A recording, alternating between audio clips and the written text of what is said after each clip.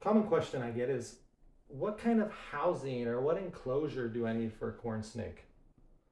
And it's always hard to explain just via texting and chatting. So we're going to go to a local pet store and we're going to look at the different stuff and show you. Now, the main focus will be corn snakes because that's what I love. But you can also put milk snakes, rat snakes, house snakes, king snakes in the similar type of housing. So yeah, let's go look. Hey, we're here at Animal Ark in American Fork, Utah. Let's find some snake housing, enclosure, setup, fun stuff, all right?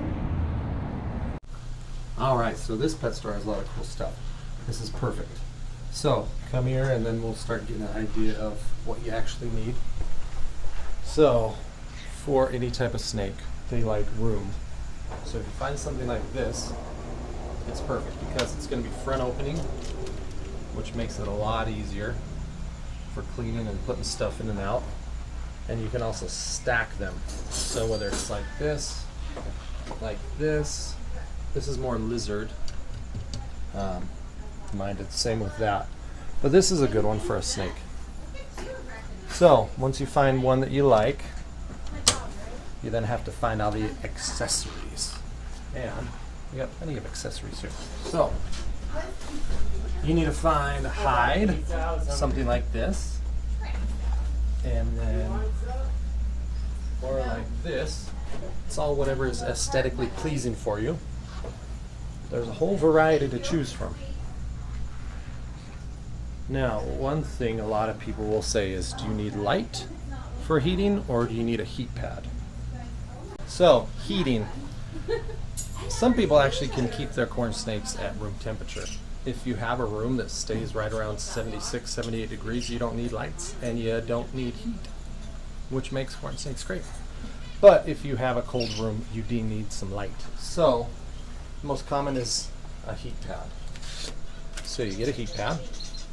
And then you basically, let's go to this fancy thing. These heat pads are sticky on one side, so you peel it off, and on one side of the tank, you will stick it under. All right? Now, the heat pad will plug into this, but you'll most likely want to get a thermostat for the heat pad. So, a thermostat, you'll actually plug your heat pad right into that, something like this. So you stick the heat pad under the tank, you then plug the heat pad into this thermostat, and then you run this part into your tank through the top, tape it down with electrical tape, tape it right over the top of the heat pad, and then set it to, for a corn snake, 80, 82 degrees, somewhere around there. That works perfect. You'll also see these, which that's extra fancy. That is too fancy for a corn snake. But hey, if you want to go fancy, do it. But you will need that. And you also, if you decide to go the lighting route, you'll want one of these as well. You would just place this inside on the wall or down on the ground, right below the light, because the light will get too hot for a corn snake and it will be stressed. This is Esther. She's the boss lady around here. She's going to open up this cool enclosure that's full of my favorite Russian tortoises. So what size is this? Is like a 4x4 or something. No, I don't know what this is. Yeah, it's kind of a custom. It's a nice big enclosure. Yeah. Awesome. So Russian tortoises. They come out and look for breakfast every morning and get baths, and they are so much fun when they're in a little group. Yeah, they're great. They're great beginning tortoise. That's nice. And they make me happy. That's my fun stuff. Chesney tells me at the end of the year, every year, get more tortoises. We're all excited. Yeah, they're fun. Get 8 of them. These are little baby ones. They are. They're like the smallest ones my wholesaler had for this season. Little Russian tortoise. See the expo video, I have those He had a baby one that was 2 weeks old for sale. Oh my gosh. He's like, "Do you want it?" I said, "No, Oh. I can't have it." You said no? I don't have any room. Tortoises are too high maintenance for me. That's why I stick with snakes. They're just fun. Yeah, but they're great. Awesome little critters. Good job, camera boy. Good job. All right, let's go get back to the topic. I'm gonna leave. All right, Boss Lady Esther is going to show us a new device. Oh, I was looking at that earlier. Okay, what does it do? So it has a dial on it to turn it up or down. Ooh. So if you just hook your temperature gauge to it, you can tell if you're getting out of range rather than having to use a thermostat. Oops.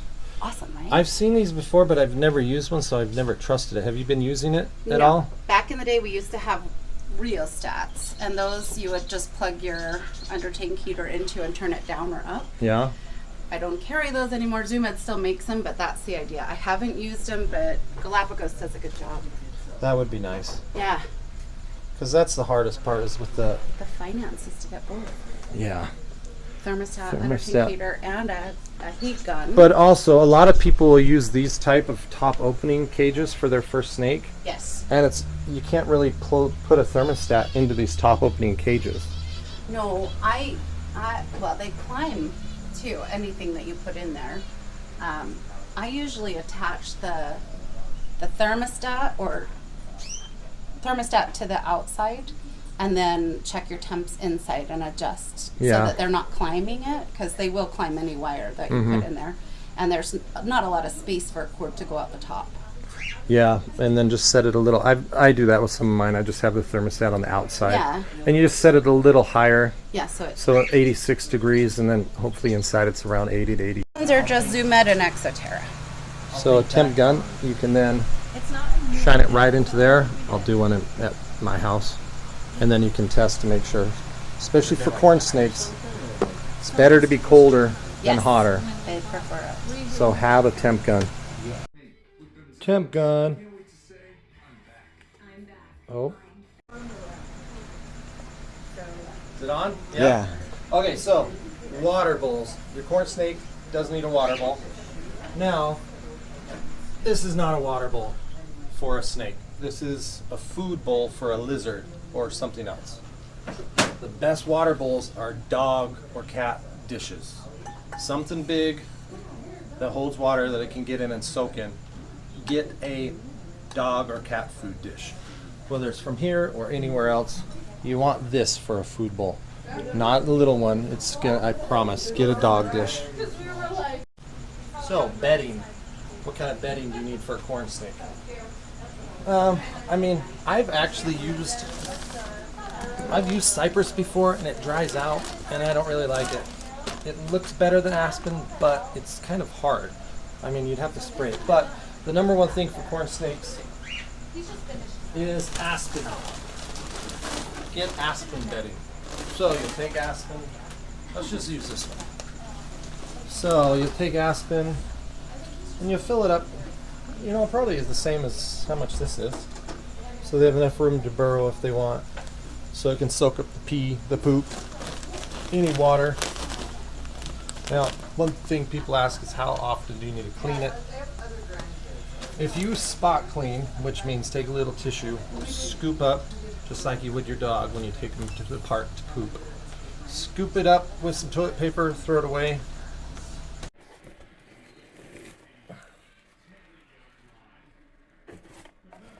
Boop.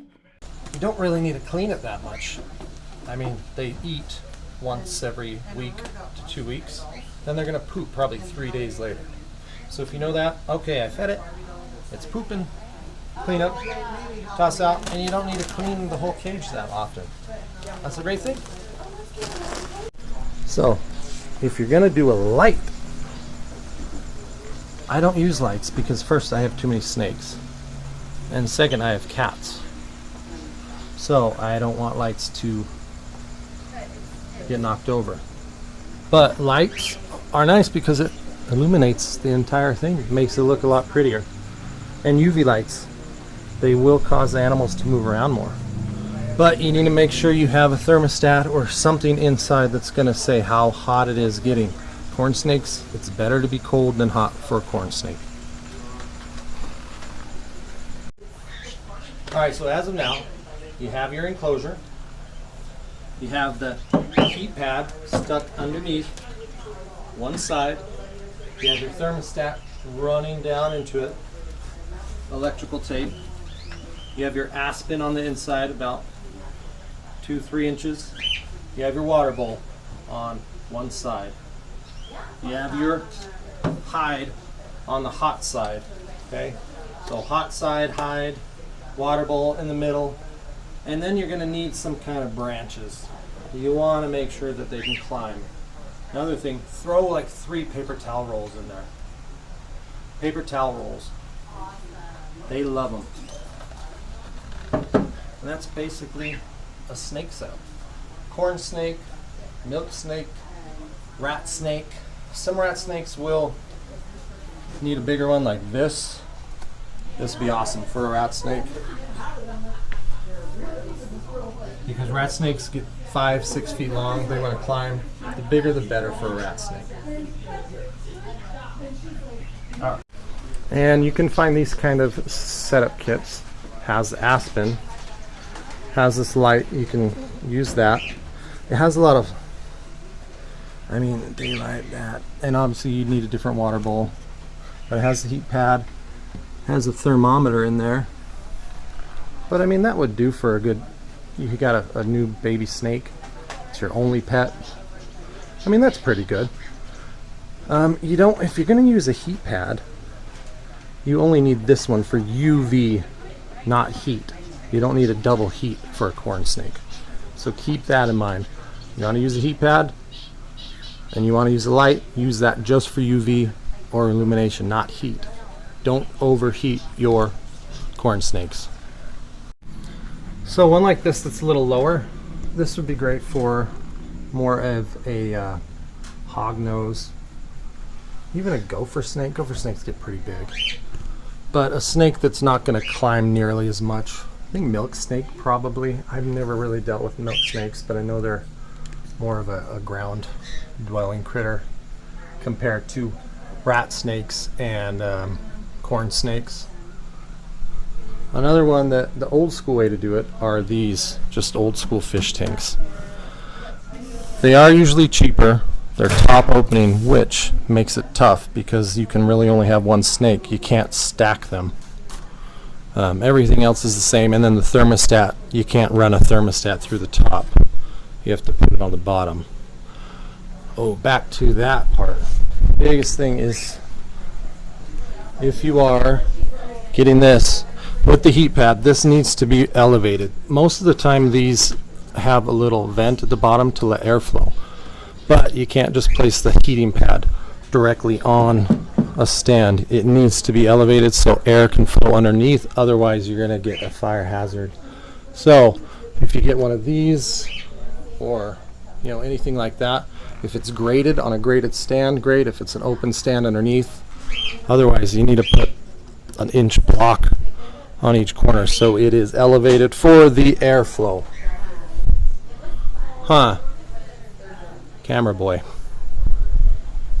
Down here. All right, feeding. That's the next thing that people always ask. What do I need? All right, so that's going to be for brand new babies, basically. That could last for a year if you're not trying to get your snake fat. And this is the spot that when you go from those pinkies to this, you're going to freak out because you think, oh, my snake can't eat that, but it can. Your snake is going to be able to go from those pinkies to a little hopper. You call these hoppers? Mm-hmm. Hopper mice, and then those are just small adults. Those are small mice? Just adults. Okay. So at about a year, just over a year old, your corn snake can go to those. Under a year, just stick with the pinkies. And fuzzies. Pinkies and fuzzies. If your snake's a year old and still eating that, something's wrong, for sure. So, and then the rats. I feed my corn snakes a variety. Sometimes they get rats that size and a little bigger. Just those are hoppers. Hopper rats. And those are small. And then corn snakes don't. This is too big for a corn snake. This is gopher snake, ball python territory. And then we got medium, large, and then those are all rats. Which, if you got a corn snake, corn snake, you don't have to worry about that. You do that, then you have some monster. All right, anything else about keeping a corn snake, the enclosure? What do you think? Tongs for feeding, if you're going to feed them frozen. Sometimes they can ingest substrate, so if you tongue feed them, they'll grab it a little bit better rather than leaving it in the bedding. Yeah. And then how do you feel about moving them to feed them? Are you one of those? No, I just keep them, and here you go. I think it's going to be more stress to pick them up, put them in a random thing, then they eat, and then you pick them up again. We've learned it. They don't need to move to eat. They're pretty good. They don't get cage aggressive. Yeah. And weekly feedings. Yeah, each snake has its own. Sometimes they need a week. The younger they are, yeah, it's better to feed weekly, but when it's an old snake, 10 to 14 days. 2 weeks, yeah. And you don't really need to go anything over a mouth ever. But I've used the rats for my breeding groups when I'm catching up for the year. Yeah, I can't think of anything else. They're easy hides. You did that probably. Yeah, right? Hides, and I told paper towel rolls. I know, they love them. They're the best. Toilet paper and paper towel rolls are so easy. Yep. You can check them. And you did bedding. Bedding, Aspen, yep. Yeah, I mean, they're easy. Yeah. I do notice a lot of the babies climb a lot. Yeah. And so I like to do the trees that are bendable or hammocks for them. Oh, hammocks. Yeah. Like the bearded dragon hammocks? Yes. I've never used a hammock. They'll go right in it. You just have to be careful not to melt them, you know. You put them right under a heat light and you've got trouble. Oh, yeah. But I think the one thing with this, though, is if they get to a certain size, they could risk getting stuck. So you got to have to take that out once. yes, they will get stuck. They'll go through everything. And you use the climbing trees? Yeah, something like that? Where are they? I have one in with Mr. Peepers down here, and he hangs out in it all the They're time. on that rack right there. Here we are. Oh, yeah, nice. So these you can just bend into whatever shape you want. And so it's like usually too tall for most of the cages. But if you give them a tree area, they'll hang out in the tree and then they'll hang out in their little hide. Yep, they love to climb. And we've got those with suction cups too, so you can put them on the back wall. I have these, and the suction cups at a certain size, this corn snake will pull it down. So a lot of these enclosures have you can zip tie stuff outside, so use that. And they will get in there and use it, and also it looks pretty. Yes. Really, there's no set way. It's just the basics, and then make it your own, whatever you want. The internet's going to tell you need a 100 million gallon tank with a waterfall and bioactive, and it needs natural sunlight for 75% of the days, and then this and that. No, it doesn't. A corn snake is a great, easy, stress-free animal. Yeah. Don't overthink it. It's not a chameleon. Right? Absolutely. Yeah. Eating and shedding, and they're awake nights and mornings, so it's kind of fun to watch, to see them doing their thing. And also, if you have two corn snakes and you have them in the exact same setup, and one likes to sit down here while the other likes to sit up there, it's totally normal. They have their preferences, even though they're the same animal. They do have personalities.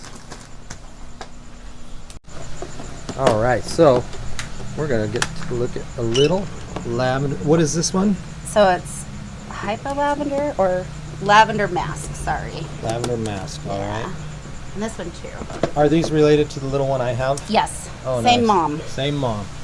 So these are half siblings of my little lavender mottler, who's a little psychopath. Yeah, they're crazy. Yeah, lavenders are really pretty. I'll get you. I'm glad I got into this lavender gene. I needed some new blood, and this is a good one. This one, huh? I like the lavender stuff. What's the line? Do you know your line for lavender? Where'd you get? I just have the two parents. Yeah. And they're both lavender motleys. The male carries a lot of pinks through a lot. He looks better than the female. And this breeding was to test to see what sort of hets I had, because I bred the female to a classic that has a lot of hets. Oh, He's good. like mask and hypo, and so it showed me a little bit, but I have a lot of classics with that are at lavender because of it. Where did you buy the lavender parents from? From a wholesaler. Oh, okay. Yeah, so I don't know. Yeah, who knows then? Yeah. Nice. Hey. Where'd we go? All right, so I like to come to a pet store like this to buy stuff because you can pick things out, you can see it. All this stuff you can get online. If you live in a place where you don't have a pet store nearby, you can get stuff online. Just make sure you're getting the right one. Read reviews. But buy local. It's great. It's great coming to a pet store. You know the owner, make friends, community. For him All right, here's a little blue tunk. That's kimchi. Is this the pet, the mascot of the store at the moment? Yes. Oh, you're grumpy, aren't He you? only bluffs. He's only ever like bumped me with his mouth before, but he's never bit me. So it's kimchi. He has a nice setup in here. He's doing okay for himself. Hide on one side, little food dish, plenty of places to climb, water. Nom nom nom nom nom nom nom. What do you need? Need your enclosure. Need your heat pad underneath. So I think, let's just say the heat pad is going to be on this side. Thermostat running through. There's the shelter. There's a non-hot hide. And then there's some branches, some stuff to climb. You got the bedding, you have the big water bowl. Nice thing about these kind of hides that are the rock, the snake is going to need something to rub his skin off on. So make sure you have something hard like that, or a rock. But this is a good setup. So that's what you're looking for. That works just fine. They love their bugs.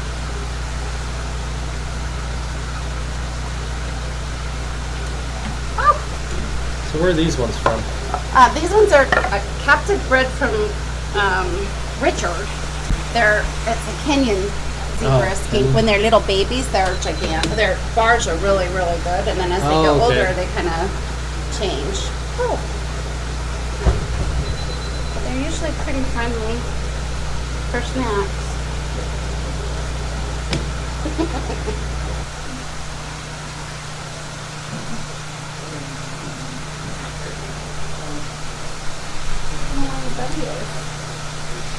I just like skinks, I think. That's my problem. Have you seen the Peter's banded skinks? I haven't had any of it. Hey, this is a pretty good deal. $200, 40 for a nice stand. It's pretty good. All right, thanks, Esther. Yeah. So how long have you been in this store? This location, 20 years. 20 years. Yeah. Didn't you have another one on Main Street? We were over by Macy's Yeah. for 16 years. And I think that one my parents opened. They sold it to me a year before I moved. Oh, really? So yeah, so 21 years. 21 years. Yeah. Awesome. But this is my dad's old sign from the Provo Animal Ark that he put in the 70s. Oh, really? Yep, and that one over there too used to hang out in front on Center Street in Provo. Did Jay's Jungle take that over, or? So we used to be right next to Bird Palace. On the corner, it was Animal Ark, and then Heinzelman's, ABG's, and Bird Palace. Oh, really? Yeah, and then Bird Palace ended up being Jay's Jungle. Oh, wow. And he moved down a block. My brother bought the Animal Ark in Provo and closed it. Oh. So, yeah. Crazy. So then we just had the Orem and the American Fork one, and I bought this one 2003 or something, 2002. Are you connected with the Orem one at all? Not Just anymore. by name? Well, yeah. So my parents sold that store to their manager, Mike. Oh, really? About 8 years ago or 9 years ago, and they sold him the store with the name the same as me. So, Wow. Yeah. So your family is the OG They were. Animal Yep. Arks of Utah. Yep. Don started, my dad, selling archangels. Oh, really? Yeah, he bred fish. That's how he started. Oh, that's cool. Yeah, so he bred angelfish, discus. I remember in the Provo store breeding betas, danios, all sorts of fun fish with him. Yeah, Wow. I had a good time. That's awesome. Yeah. Cool. A little history Yeah. of Animal Ark. My That favorite one, pet too, was store. in there. My favorite pet store in Utah. Thank I always tell you. people to come here, so. Thank you. Yeah. You're Well, awesome. thanks. I'll see you around town. Of course. She's the one that got me hooked, Fluffy. I actually bought Fluffy here for my first Cornsnake was from Esther The candy cane, right? in 2017, yeah. Yeah, He's the one started the whole thing. they're gorgeous. I love Yeah. the candy canes. Well, my camera boy is he's saying, Time to go. he keeps saying, bruh. You need candy? You need candy, camera boy? For all your hard camera work? Ooh, Caramel apple. Grab a bunch. I need candy. Yeah, get some.